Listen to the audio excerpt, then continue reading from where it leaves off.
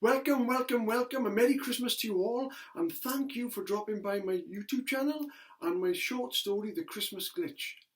This is chapter 4, and if you remember in chapter 3, Charlie Higgins had gone up the spiral staircase of the column, leaving behind this huge timber wolf, and eventually standing on a platform with a cable car, no less. What was that all about? So he climbed into the cable car.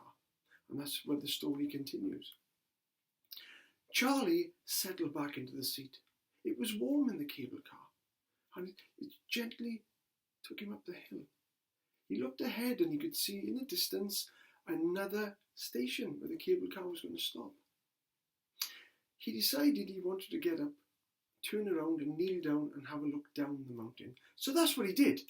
He got up, he turned around, he kneeled under the cushion, and when he looked down, he saw there was another cable car coming up behind him. Wow! But when he looked inside, the lights illuminated a silhouette of another figure. Charlie thought, oh, perhaps that person is the one to tell me what's going on. So he kept on staring. And then a speaker went off inside Charlie's cable car. And he said, platform 10, 2 minutes to arrival. Oh, wow! Okay, things were going to come into fruition. So he was there and he looked. The figure kind of leaned out the window of the cable car behind. But because of the dim light, he could barely make out what they were doing. But he did see a flash of light. As soon as the flash of light dimmed, Charlie's cable car stopped. The lights in his cable car went out and it was just suspended there, swinging back and forth. What was going on? When he looked down at the other cable car, the figure was climbing out and climbing on top of the roof. Then it began to negotiate the cable and was making its way up to Charlie's cable car. What was Charlie going to do? It was after him. Obviously, he was after him. What's he going to do? It was like the wolf. Now, Charlie could see that the platform was too far away. But when he looked out to the side of the cable car, he could see the snow didn't look too far from his car. So he pulled the doors open and then he climbed down onto the foot stand and he hung down and his foot more or less touched the ground. Great. So he let go. But when he did, the steepness of the hill, he tumbled down in the snow. And there was snow flying everywhere. He couldn't see where he was going. He tumbled down and down and down.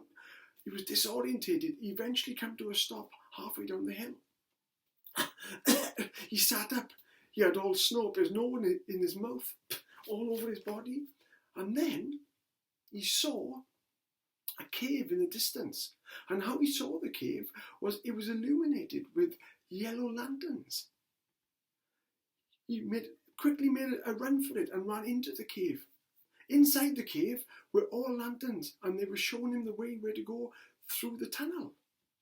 He looked behind him, but the figure that was behind him in the cable car had run up to the mouth of the cave. Charlie stood there, totally scared. But something really weird happened. The figure, which he couldn't make out, stopped directly in front of the cave mouth, but didn't come any further. It's as if he couldn't go in any further. Charlie Higgins, come here, it said.